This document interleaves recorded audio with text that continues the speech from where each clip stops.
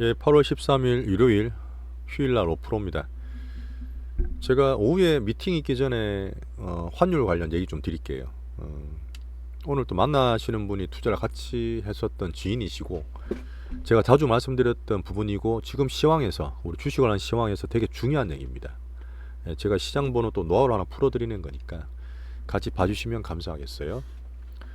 제가 지금 시장을 보고 시황 말씀드리는 이유는 단기로 조정받더라도 괜찮다는 얘기를 계속 드리는 겁니다.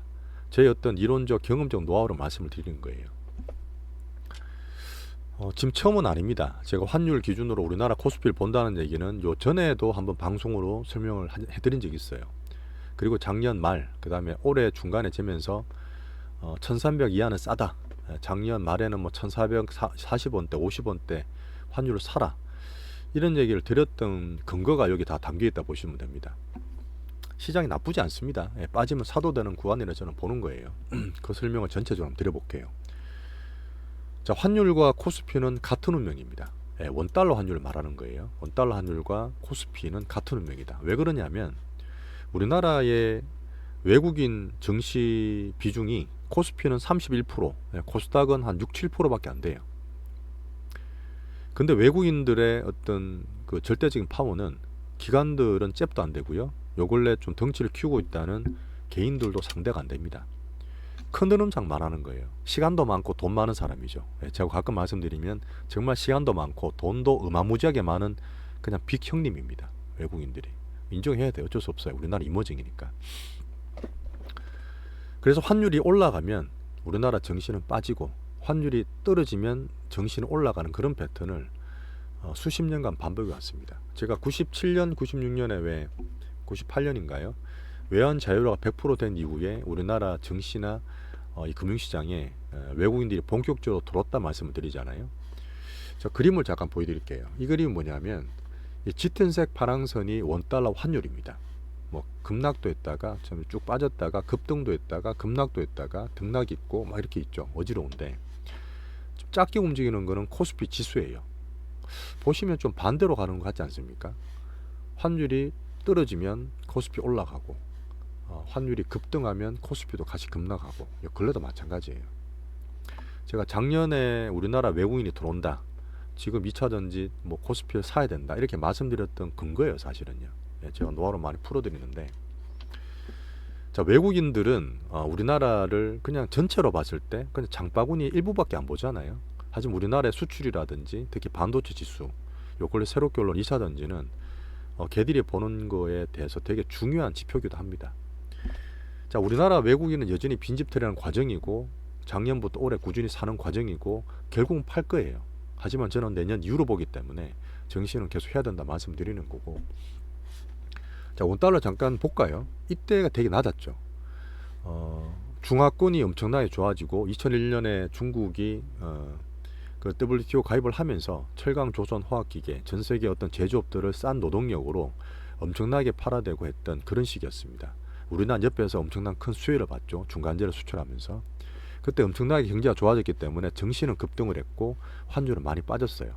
원달러 1달러당 900원대입니다. 이럴 때도 있었어요. 물론 이제 IMF 이전에는 700원대도 있었습니다. 자, 900원짜리가 미국이 터뜨렸던 서프라임 문제가 터지고 금융 시스템이 붕괴되니까 900원짜리가 1년 만에 1600원 갑니다. 1600원. 자, 그리고 QE를 풀고 제로금리에서 살리니까 유동성 양세가 오고 외국인이 돌아오기 시작하죠. 이머징 불안해서 뺐던 애들이 다시 들어와서 싼 가격에 삽니다. 그렇게 환율은 떨어지고 정시는 급등을 하죠. 제가 자주 말씀드리는 2009년, 10년, 11년 상반기까지 2년 반 동안 랠리입니다. 환율은 1600원짜리가 다시 1040원, 50원까지 빠졌어요. 자, 그 다음부터는 이 원달러 환율의 1000원대 초반은 상당히 좋은 저가가 됩니다. 약간은 뭐 변동은 있죠. 자, 지금 잠깐 말씀을 드리면 제가 이번에 금리 얘기 드릴 때 금리는 그 나라의 어떤 그 채권, 그죠? 채권은 그 나라의 안정성에 투자하는 거고 주식이나 증시는 그 나라의 성장성을 투자한다 말씀드렸어요. 그럼 환율은 뭘까요? 환율은 사실 좀 복잡 미묘합니다.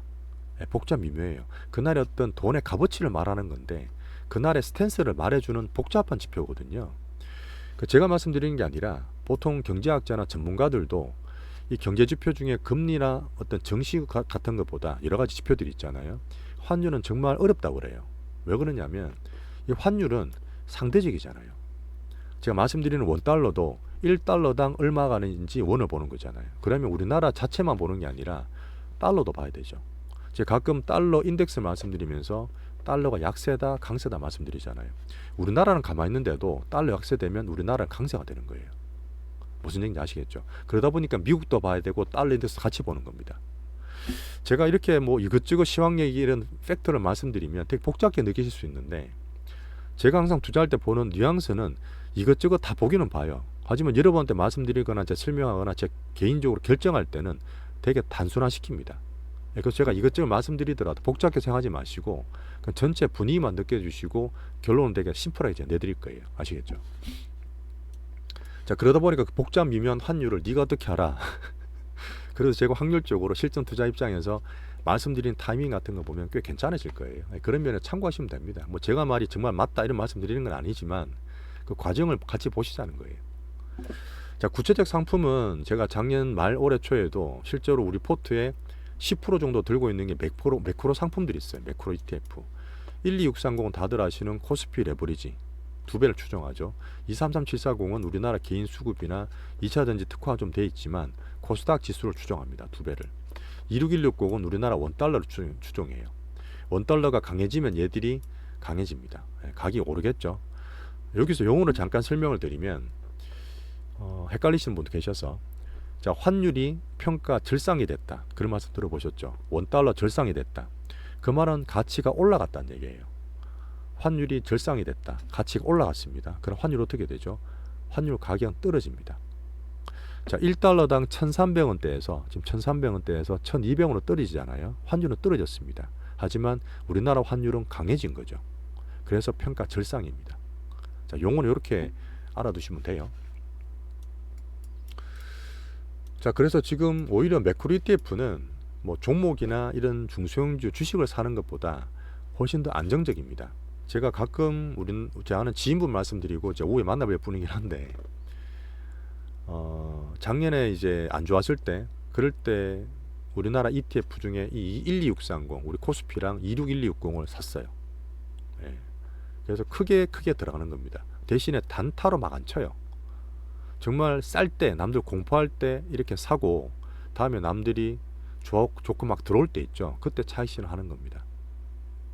어떤 기준으로 그렇게 했을까? 이것도 잠깐 보여드릴까요? 작년 9월 10월 달에 이때 원달러 환율이 최고 높았을 때가 1440원 1450원대입니다. 근데 저는 그때 코스피에 사라고 그러고 26160 처음 말씀드리면서 하실 분 좀 하시라는 얘기 드렸을 때예요. 이때는 왜 그랬을까요? 우리나라 환율이 급등을 해서 되게 불안함을 주고 있었지만 레고랜드 터지고 길터차 날아간다, 엔화도 박살난다, 이모징 물론 이모징 국가 몇 개 망했습니다. 하지만 전체 우리나라 글로벌 시스템이 괜찮기 때문에 별 영향 없죠. 대마 불사죠. 이때는 우리나라 자체적인 문제도 물론 있었지만 달러가 너무 강세였어요. 달러가 너무 강세였고, 그때 이제 정상회담 하면서 엔화가 되게 불안했는데 일본 정상이랑 바이든이 만나서 약간 짝짝꿍 했을 때입니다. 그때 제가 엔화를 되게 열심히 보고 있었거든요. 그래서 엔화가 안정이 되면서 그때 위가 넘어갔던 거고, 우리가 코스피에 괜찮다, 뭐 2200에서 그 다음 2차전지, 그 다음에 원달러 환율을 말씀드릴 수 있었을 때가 이때였습니다. 자, 그리고 제가 10월 11월 달에 출렁거려도 원달러가 빠지니까, 이게 사실 원달러가 빠지니까 제가 계속 자신 있게 말씀드렸던 거예요. 우리나라 코스피 이 큰 흐름상 외국인이 주포가 됐고, 외국인이 간만 2년 반 만에 들어왔고, 주도적으로 2차전지 샀기 때문에 그때 제가 금양도 하고 2차전지 사고 막 이때 포트를 꾸렸을 때입니다. 이게 사실 제 자신감의 근원이었어요. 이제 아시겠죠? 그리고 나서 이제 6월 달에 갑작스럽게 올라가다 보니까 1200까지 왔어요. 이때 샀는 사람들 이때 20-30% 팔았습니다. 그거를 제가 한번 보여드릴까요? 제가 그냥 그랬제 말씀드리는 게 아니라 제가 보는 시황과 그거를 이제 말씀드리는 과정이에요. 이건 지금 그려놓은 게 아닙니다. 예전에 그려놓은 건데, 이때 제가 이제 10월달, 11월달 원달러가 때 왔다 갔다 할 때 1,400원대 중반 왔다 갈 때, 이때 싸다고 봤을 때가 이때 사는 구간이었고요. 이때 뭐 제가 샀다기보다는 제 아는 지인분들, 돈 많은 분들이 많이 샀죠. 그렇게 26160이랑 코스피 레버리지를 그때 많이 샀고요. 그때 한번 말씀드렸던 건물 팔아서 돈 들고 있는 분들도 이때 많이 샀던 그런 구간입니다. 그리고 이제 외국인이 안정되고 뭐 이렇게 올라가면서 환율이 이제 안정됐잖아요. 환율이 이제 안정되니까 160은 우리나라 강세 베팅에서 1200원 갔을 때 한 20-30% 팔았어요. 그게 사실 그냥 제가 말씀드리는 게 아니라 제가 SNS 트위터에 다 있습니다. 어쨌든 그래 팔고 그 뒤에 출렁출렁 거리는데 이게 1200원대 1300원대 기준으로 걸어온 건데 이걸 왜 선을 안 끊었냐면 선을 안 껐습니다. 왜 안 끊냐면 레버리지는 기준이 왔다 갔다 해요. 실제로 이제 환율을 보면 이제 지주선 저항선을 끊었는데 이 레버리지는 올라갈 때 2배 추종, 빠질 때 2배 추종이니까 환율이 같다 하더라도 이 가격이 지지나 어떤 저항선이 정확히 안 나와요. 그 대략적으로 걸어놓습니다. 이때는 이제 1300 이상일 때, 제가 항상 1300 이상 되면 싸다고 말씀드렸던 올해 4월 5일 때 조정 받았을 때입니다. 그리고 얼마 전에 또 조정 받았을 때입니다. 1300 몇십 원 갔을 때예요. 그때 사놓으면 항상 올라가죠, 이렇게. 지금도 제가 지금 환율 말씀드리는 이유는 1400원대 중반, 요때보다 여러 가지 이슈가 있지만 그래도 사야 될 따라 보고 1300원 중반부터 사라 말씀드리기 위해서 박스를 그어 놓은 겁니다. 자, 그런 흐름을 볼 때 제가 뭐 달러다 본다, 우리나라 원화다 본다 하는데 그런 걸 전체로 말씀을 같이 드리는 거예요. 자, 미국은 여러분 말씀드렸던 연준 스탠스가 7월달 CPI나 PPI가 이제 리어쇼링, 리쇼링 되다 보니까 이제 원래 미국의 GDP는 소비가 다예요. CPI 보면 되거든요. 근데 지금 바이든 때부터 글로벌 공급망층이 바뀌고 나서 미국도 제조업 신경을 쓰지 않습니까? 걔들도 생산자 물가지수 보는 거예요. 미국의 제조업의 비중은 10몇 %밖에 안 됩니다. 소비나 서비스에 비해서 너무 작아요. 하지만 앞으로 좀 커지는 과정이다 보니까 신경을 좀 쓰는 부분이고, 자, 9월 달에 CPI 한번 더 볼 거예요. 요번에처럼 올라갈 건지 추가로 갈 건지, 작년에 갔던 그런 기저효과, 역기저효과 때문에 올라간다 보기 때문에 걱정은 하되 꺾인다 보는 건 아니에요. 예전 꺾인다 보는 건 아닙니다. 이걸 확인하고 나서 9월 20일 날 FOMC에서 나오겠죠. 그 전까지는 저는 나스닥이든 증시든 출렁거릴 수 있는 구간이라고 보는 겁니다. 여기서 얼마나 더 빠질지에 대한 그런 타이밍을 기술적으로 뒤에 또 말씀드릴 거고요. 자, 그래서 너무 나쁘지 않기 때문에 너무 걱정하시는 게 아니라 그동안 올랐던 거에 대한 그런 영향을 보면서, 그래서 달러나 금리를 같이 보는 거잖아요. 달러가 지금 금리가 올라가다 보니까 좀 강세가 됐는데 그런 부분이 우리나라 원달러 영향을 주는 거기 때문에 같이 보지만 근본적으로 나쁘지 않다, 그렇게 보는 게 시황입니다. 자, 그리고 지금 장기금리가 반등을 줬는데 단기적으로 상승했어요. 이번에 국채 반응도 많이 했습니다. 이번 주도 많이 했고 출렁거리는 이유고, 부채 한도가 올라갔다, 그 다음 신용등급이 떨어졌다, 일본의 YCC가 그렇다는 게 다 이제 바이든 재정 지출이 좀 줄어들 수 있다는 그런 흐름도 보는 건데 갑자기 팍팍 못 낮춰요. 내년에 대선도 있지 않습니까? 이런 흐름 때문에 이제 재정 지출이 국방비에 나가겠지만 바이든에 쓸 수 있는 돈이 좀 줄어든다 보는 것도 있는데 그게 팍팍 꺾이거나 확 그런 게 아니라 말씀드리잖아요. 그래서 이런 전반적인 미국 흐름도 계속 나쁘게 볼 게 아니고 등락 정도를 보시라는 얘기입니다.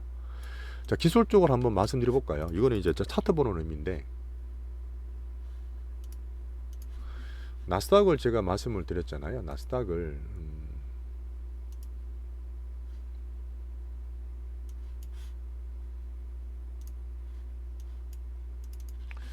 자, 나스닥은 제가 예전에도 말씀드렸지만 13,000 중반, 13,000 중반 정도 되면 이제 서서히 이제 바닥을 다져간다.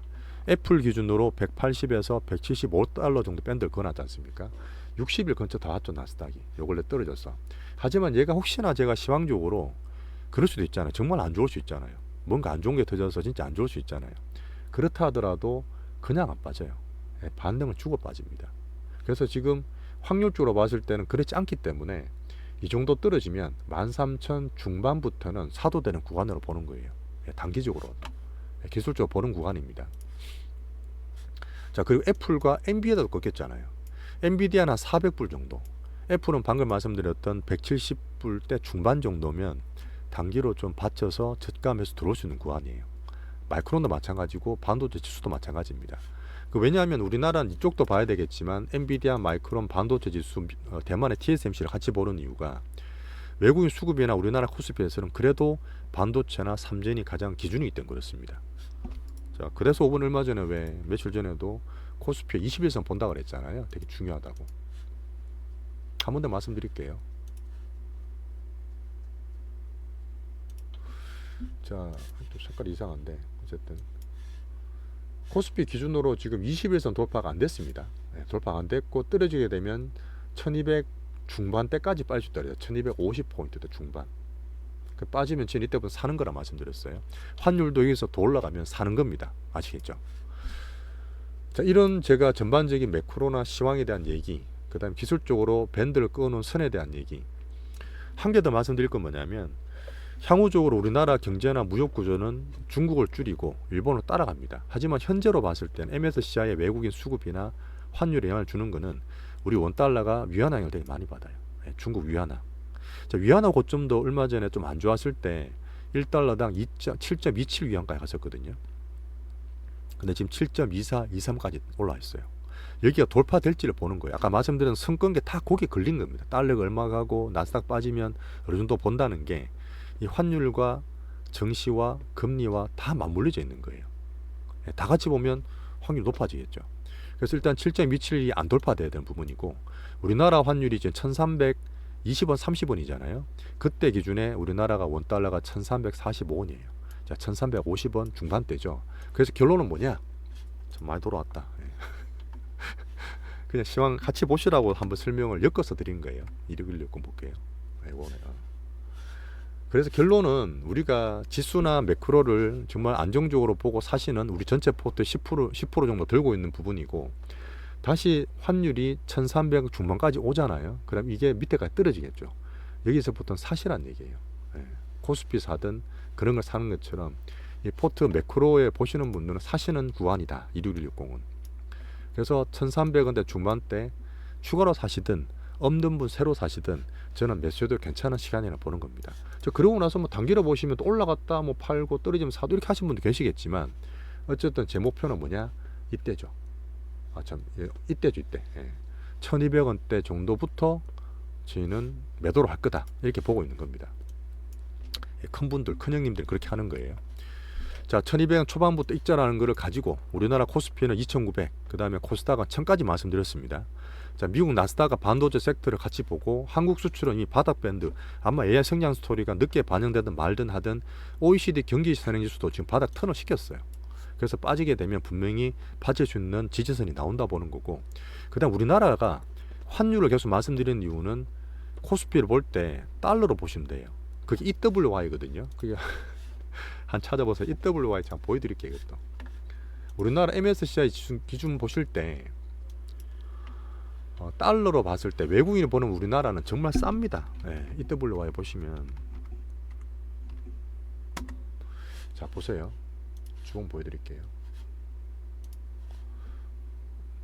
이때는 제가 코로나 때인데, 자 보시면 밑에서 지금 우리가 뭐 2100에서 2600 왔다 해도 얘들이 달러로 봤을 때는 올해잖아요.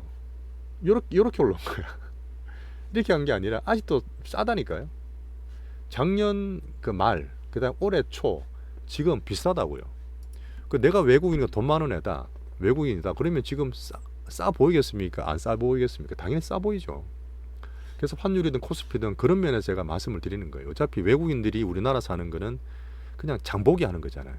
아주 큰 글로벌 에셋 중에서 우리나라를 찍어서 부분적으로 사는 거기 때문에, 그런 면에서 우리나라 증시의 저가 메리시 환율로 더 확인되는 겁니다. 그래서 환율은 1300원 중반부터는 싸다.